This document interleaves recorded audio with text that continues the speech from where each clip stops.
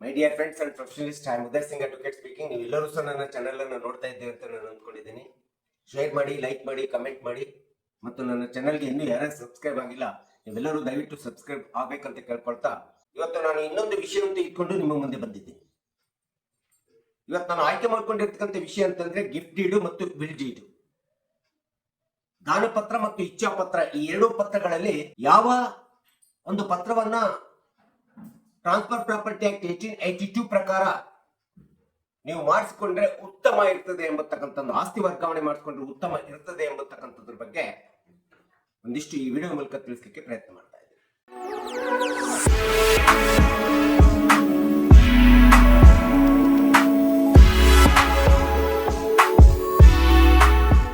So transfer property act 1882 section 122 123 ಅನ್ನ ನಾವು ನೋಡ್ತಾ ಹೋದಂತ ಸಂದರ್ಭದಲ್ಲಿ ಸಹಜವಾಗಿ ನಾವು ಗಿಫ್ಟ್ ಡೀಡ್ ಅನ್ನ, ವಿಲ್ ಡೀಡ್ ಅನ್ನ ಮಾಡ್ತಾ ಇರ್ತೀವಿ. ಇಂಥ ಒಂದು ಗಿಫ್ಟ್ ಡೀಡ್, ವಿಲ್ ಡೀಡ್ ಅನ್ನ ಮಾಡುವಂತ ಸಂದರ್ಭದಲ್ಲಿ ಯಾವ ಡೀಡ್ ಅನ್ನ ಮಾಡಿಸಿಕೊಂಡ್ರೆ ನಾವು ಮಾಲೀಕರಾಗಲಿಕ್ಕೆ ಸಾಧ್ಯ ಆಸ್ತಿಯ, ಅಥವಾ ಆಸ್ತಿಯ ಮಾಲೀಕತ್ವವನ್ನು ತಕ್ಷಣದಲ್ಲಿ ಪಡ್ಕೊಳ್ಳಿಕ್ಕೆ ಸಾಧ್ಯ ಎಂಬತಕ್ಕಂಥದ್ದನ್ನ ಈ ಒಂದು transfer property act section 122 123 1881 act ನಲ್ಲಿ ಹೇಳಲಾಗಿದೆ. ಸಹಜವಾಗಿ ಗಿಫ್ಟ್ ಡೀಡ್, ದಾನಪತ್ರ ಎಂಬತಕ್ಕಂಥದ್ದು ಒಬ್ಬ ವ್ಯಕ್ತಿ ತಾನು ಬದುಕಿರುವಾಗಲೇ ತನ್ನ ಸಂಬಂಧಿಕರಿಗಿರ್ಬೋದು ಅಥವಾ ತನಗೆ ಬೇಕಾದಂತ ವ್ಯಕ್ತಿಗಳಿಗೆ, ಬದುಕಿರುವಂತ ವ್ಯಕ್ತಿಗಳಿಗೆ, ಅವನನ್ನ ವ್ಯಕ್ತಿಗಳಿಗೆ ದಾನ ಮಾಡತಕ್ಕಂಥದ್ದೇನಿದೆಯಲ್ಲ, ಆ ದಾನ ಮಾಡುವಂತವನನ್ನ ಡೋನರ್ ಅಂತ ಹೇಳಿ ಕಳ್ತೀವಿ. ದಾನವನ್ನು ತೆಗೆದುಕೊಂಡಂತವನಿಗೆ ಡೋನಿ ಅಂತೇಳಿ ನಾವು ಹೇಳ್ತಾ ಇದ್ದೀವಿ. ತಾನು ಬದುಕಿರುವಾಗಲೇ ತನ್ನ ಆಸ್ತಿಯನ್ನ ಯಾರಿಗೆ ಕೊಡಬೇಕೆಂಬತಕ್ಕಂಥ ಇಚ್ಛಾಶಕ್ತಿ ಇರಬಹುದು, ಇಲ್ಲದೆ ಇರಬಹುದು. ಕೊಡುವಂತ ಒಂದು ಸ್ವಾಯತ್ತತೆ, ಸ್ವತಂತ್ರತೆ ಆ ವ್ಯಕ್ತಿಗೆ ಇರ್ತದೆ ಅಂತೇಳಿ ನಾವು ನೋಡ್ತೀವಿ. ಇದನ್ನ ದಾನಪತ್ರ ಅಂತೇಳಿ ನಾವು ಕರಿತೀವಿ. ದಾನಪತ್ರ ಎಂಬತಕ್ಕಂಥದ್ದು ದಾನ ಮಾಡುವಂತವನು ಮತ್ತು ದಾನವನ್ನು ತೆಗೆದುಕೊಳ್ಳುವಂತವರು ಮಧ್ಯೆ ನಡೆಯುವಂತ ಒಂದು ಪ್ರಕ್ರಿಯೆ, ಮತ್ತು ಇಬ್ಬರು ಸಹ ಜೀವಂತವಾಗಿ ಇರುವಂತ ವ್ಯಕ್ತಿಗಳ ನಡುವೆ ಆಗುವಂತ ಪ್ರಕ್ರಿಯೆ. ಆಸ್ತಿ ವರ್ಗಾವಣೆಯನ್ನ, ತಾನು ಗಳಿಸಿದ ಆಸ್ತಿಯನ್ನು ಯಾರಿಗೆ ಬೇಕಾದ್ರೂ ಕೂಡ ದಾನ ಮಾಡಬಹುದು. ಅದು ಸಂಬಂಧಿಕರಿಗೆ ಮಾಡಬಹುದು ಅಥವಾ ದಾರಿ ಹೋಕರಿಗೂ ಸಹ ದಾನ ಮಾಡುವಂತ ಅಧಿಕಾರವನ್ನ ಸೆಲ್ಫ್ ಅಕ್ವೈರ್ಡ್ ಪ್ರಾಪರ್ಟಿಯಲ್ಲಿ ಪ್ರತಿಯೊಬ್ಬ ವ್ಯಕ್ತಿಯು ಸಹ ಪಡೆದಿರ್ತಾರೆ. ಸೊ ಈ ರೀತಿ ದಾನ ಪತ್ರದ ಮೂಲಕ ಏನು ಆಸ್ತಿಯನ್ನ ವರ್ಗಾವಣೆ ಮಾಡ್ತಾರೆ ಅಥವಾ ಮಾಡಿಸ್ಕೊಳ್ತೀವಿ, ಅಂತ ಒಂದು ವರ್ಗಾವಣೆ ಆದಂತ ಆಸ್ತಿಯನ್ನ ಕಂಪಲ್ಸರಿ, ಕಡ್ಡಾಯವಾಗಿ the Indian registration act 1908 section 17 ಪ್ರಕಾರ ಆ ಒಂದು ಆಸ್ತಿ ನೋಂದಣಿ ಆಗಲೇಬೇಕು. It is an a mandatory. ದಾನಪತ್ರದ ಮೂಲಕ ವರ್ಗಾಯಿಸಲ್ಪಟ್ಟಂತ ಆಸ್ತಿ ನೋಂದಣಿ ಆಗಲೇಬೇಕು.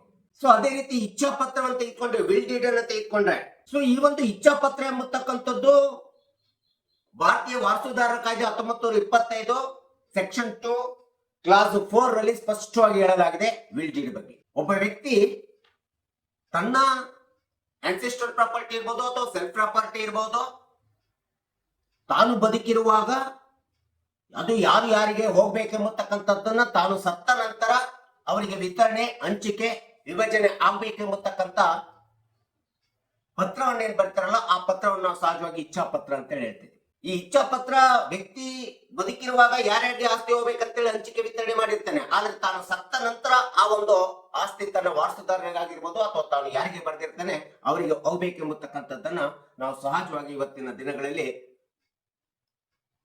ಆಸ್ತಿ ವರ್ಗಾವಣೆ ಕಾಯ್ದೆ 1882 ಟಿಪಿ ಟ್ರಾನ್ಸ್ಫರ್ ಪ್ರಾಪರ್ಟಿ ಆಕ್ಟ್ ಪ್ರಕಾರ ಇದನ್ನ ನಾವು ಇಚ್ಛಾ ಪತ್ರ ಅಂತೇಳಿ ಕರಿತೀವಿ. ಆಸ್ತಿಯನ್ನು ವರ್ಗಾವಣೆ ಮಾಡ್ಕೊಳ್ಳತಕ್ಕಂಥ ಒಂದು ವಿಧಾನ.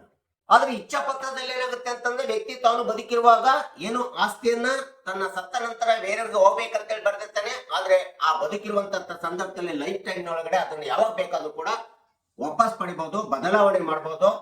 ಅದನ್ನ ಏನ್ ಬೇಕಾದ್ರೂ ಕೂಡ ಬೇಡ ಅಂತೇಳಿ ಮತ್ತೆ ವಾಪಸ್ ಅನ್ನು ತೆಗೆದುಕೊಂಡು ತಾನು ಬರೆದಂತ ಇಚ್ಛಾ ಪತ್ರವನ್ನು ವಾಪಸ್ ಅನ್ನು ಪಡೆದುಕೊಳ್ಳತಕ್ಕಂತ ಸಂಪೂರ್ಣವಾದಂತ ಹಕ್ಕು ಮತ್ತು ಸ್ವತಂತ್ರತೆ ಇಚ್ಛಾ ಪತ್ರದಲ್ಲಿ ಇಚ್ಛಾ ಪತ್ರವನ್ನು ಬರೆಯುವಂತ ವ್ಯಕ್ತಿಗೆ ಇರ್ತದೆ. ಆದ್ರೆ ಇಚ್ಛಾ ಪತ್ರವನ್ನ ಮಾಡಿದಂತ ಸಂದರ್ಭದಲ್ಲಿ ಅದನ್ನ ನೋಂದಣಿ ಕಾಯ್ದೆ 1908 ಪ್ರಕಾರ ಸೆಕ್ಷನ್ 17 ಪ್ರಕಾರ ಅದನ್ನ ನೋಂದಣಿ ಮಾಡಿಸಬಹುದು ಅಥವಾ ಮಾಡಿಸದೆ ಬಿಡಬಹುದು. ಇಟ್ ಇಸ್ ಎನ್ ಆಪ್ಷನಲ್ ಅಂತ ಹೇಳ್ತೀವಿ, ಆಯ್ಕೆಯಾಗಿ ಇರ್ತದೆ. ನೋಂದಣಿ ಮಾಡಿಸಲೇಬೇಕು ಎಂಬತಕ್ಕಂಥದ್ದು ಕಡ್ಡಾಯ ಇರೋದಿಲ್ಲ ಇಚ್ಛಾ ಪತ್ರಕ್ಕೆ. ಗಿಫ್ಟ್ ಡೀಡಿನಲ್ಲಿ ನೋಂದಣಿಯನ್ನು ಮಾಡಿಸಿಕೊಂಡಂತ ಸಂದರ್ಭದಲ್ಲಿ ಸಹಜವಾಗಿ ತಕ್ಷಣದಲ್ಲಿ ಮಾಲೀಕರಾಗಲಿಕ್ಕೆ ಸಾಧ್ಯ, ಮಾಲೀಕತ್ವದ ಹಕ್ಕನ್ನು ಪಡ್ಕೊಳ್ಳಿಕ್ಕೆ ಸಾಧ್ಯ. ಆದ್ರೆ ಇಚ್ಛಾಪತ್ರದಲ್ಲಿ ನೋಂದಣಿ ಮಾಡಿಸದೇ ಇರಬಹುದು, ಮಾಡಿಸದೇ ಇದ್ದಂತ ಸಂದರ್ಭದಲ್ಲಿ ತಕ್ಷಣದಲ್ಲಿ ಮಾಲೀಕತ್ವವನ್ನು ಪಡ್ಕೊಳ್ಳಿಕ್ಕೆ ಸಾಧ್ಯ ಇಲ್ಲ. ವ್ಯಕ್ತಿ ತೀರಿಕೊಂಡು ಹೋದ ನಂತರ, ಸತ್ತ ನಂತರ ಅದು ಯಾರಿಗೆ ಇಚ್ಛಾಪತ್ರ ಬರ್ತದೆ ಅವರಷ್ಟೇ ಮಾಲೀಕತ್ವವನ್ನು ಪಡ್ಕೊಳ್ಳಿಕ್ಕೆ ಸಾಧ್ಯ ಆಗುತ್ತೆ. ಅಲ್ಲಿವರೆಗೂ ಮಾಲೀಕತ್ವ ಪಡ್ಕೊಳ್ಳಿಕ್ಕೆ ಸಾಧ್ಯ ಆಗುದಿಲ್ಲ.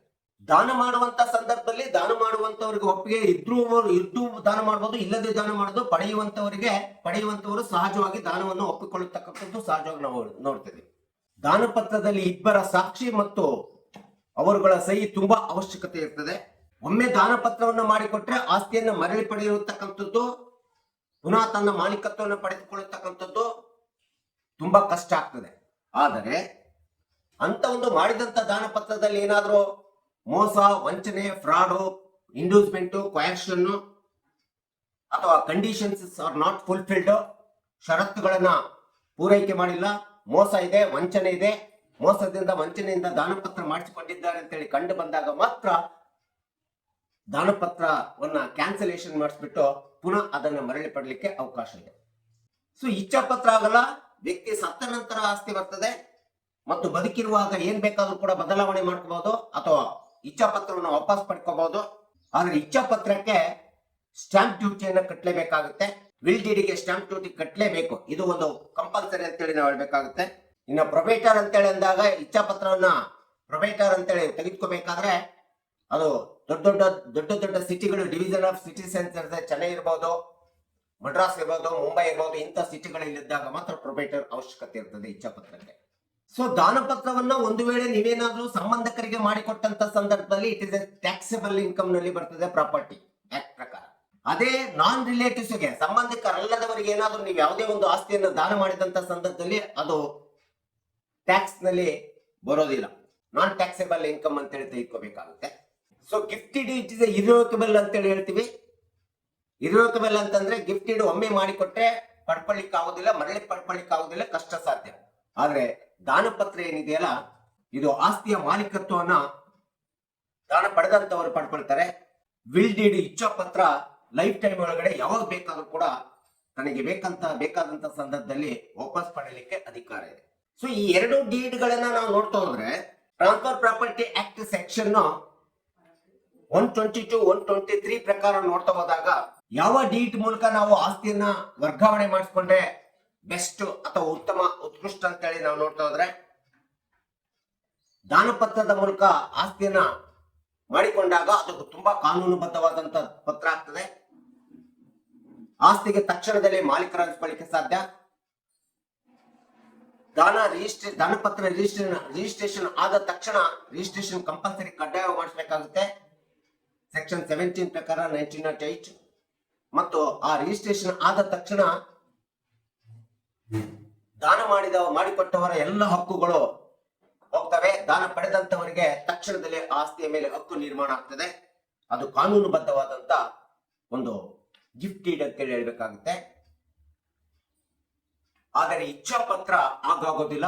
ಇಚ್ಛಾಪತ್ರಕ್ಕೆ ರಿಜಿಸ್ಟ್ರೇಷನ್ ಮಾಡಿಸಬಹುದು, ಮಾಡಿಸ್ತೇ ಬಿಡ್ಬೋದು. ಇಟ್ ಇಸ್ ಎನ್ ಆಪ್ಷನಲ್ ಅಂತ ಹೇಳಿದ್ದೀನಿ ನಾನು ಈಗಾಗಲೇ. ಹಾಗೆ ಅಲ್ಲದೆ ಇಚ್ಛಾಪತ್ರ ಯಾವುದೇ ಸಂದರ್ಭದಲ್ಲಿ ಏನ್ ಬೇಕಾದ್ರೂ ಕೂಡ ವಾಪಸ್ ಪಡಿಬಹುದು, ಬದಲಾವಣೆ ಮಾಡ್ಕೋಬಹುದು ಲೈಫ್ ಟೈಮ್ ಒಳಗಡೆ. ಹೀಗಾಗಿ ಇಚ್ಛಾಪತ್ರ ಮೂಲಕ ನೀವೇನಾದ್ರೂ ಆಸ್ತಿಯನ್ನ ವರ್ಗಾವಣೆ ಮಾಡ್ಕೊಂಡ್ರಿ, ಅದು ಮೂವೇಬಲ್ ಪ್ರಾಪರ್ಟಿ ಇರ್ಬೋದು, ಇಮ್ಯೂವೇಬಲ್ ಪ್ರಾಪರ್ಟಿ ಇರ್ಬೋದು, ವರ್ಗಾವಣೆ ಮಾಡ್ಕೊಂಡಂತ ಸಂದರ್ಭದಲ್ಲಿ ಅಥವಾ ಇಚ್ಛಾಪತ್ರ ಬರೆಸಿಕೊಂಡಂತ ಸಂದರ್ಭದಲ್ಲಿ ಅದಕ್ಕೆ ತಕ್ಷಣದಲ್ಲಿ ಮಾಲೀಕರಾಗೋದಿಲ್ಲ. ಅದು ಕಾನೂನುಬದ್ಧವಾಗಿ ನೀವು ಮಾಲೀಕರು ಅನ್ಸ್ಕೊಳ್ಳಿಕ್ಕೆ ಸಾಧ್ಯ ಇಲ್ಲ ಅಂತೇಳಿ ನಾವು ಹೇಳ್ಬೇಕಾಗುತ್ತೆ. ಈ ಎರಡನ್ನ ನೋಡ್ತಾ ಹೋದ್ರೆ ಇಚ್ಛಾಪತ್ರಕ್ಕಿಂತ ದಾನಪತ್ರದ ಮೂಲಕ ಆಸ್ತಿ ವರ್ಗಾವಣೆ ಮಾಡಿಕೊಂಡ್ರೆ ತುಂಬಾ ಒಳ್ಳೇದಂತೇಳಿ ಟ್ರಾನ್ಸ್ಫರ್ ಪ್ರಾಪರ್ಟಿ ಆಕ್ಟ್ 1882 ಸೆಕ್ಷನ್ 122 ಮತ್ತು 123 ಸ್ಪಷ್ಟವಾಗಿ ಹೇಳ್ತಕ್ಕಂಥದ್ದನ್ನ ನಾವು ನೋಡ್ತಾ ಇದೀವಿ. ಸೊ ಈ ಹಿನ್ನೆಲೆಯಲ್ಲಿ ಇಟ್ಕೊಂಡಾಗ ಈ ಎರಡರಲ್ಲಿ ದಾನಪತ್ರ ತುಂಬಾ ಒಳ್ಳೆಯದು, ಕಾನೂನುಬದ್ಧ ಮತ್ತು ಅವಶ್ಯಕವಾದಂತ ಒಂದು ದಾಖಲೆ ಅಂತೇಳಿ ಹೇಳ್ತಾ, ಸೊ ಇದೆಲ್ಲ ಗೊತ್ತಾಗ್ಲಿ ಎಂಬತಕ್ಕಂಥ ಹಿನ್ನೆಲೆ ನಿಂತ್ಕೊಂಡು ಕಕ್ಷಿದಾರರಿಗೆ, ಸಾರ್ವಜನಿಕರಿಗೆ ಎಲ್ಲರಿಗೂ ಗೊತ್ತಾಗ್ಲಿ ಎಂಬತಕ್ಕಂಥ ಹಿನ್ನೆಲೆ ನಿಂತ್ಕೊಂಡು ಈ ವಿಡಿಯೋನ ಮಾಡಿದ್ದೀನಿ. ದಯವಿಟ್ಟು ಈ ವಿಡಿಯೋ ಇಷ್ಟ ಆಗಿದ್ರೆ ಶೇರ್ ಮಾಡಿ, ಲೈಕ್ ಮಾಡಿ, ಕಮೆಂಟ್ ಮಾಡಿ.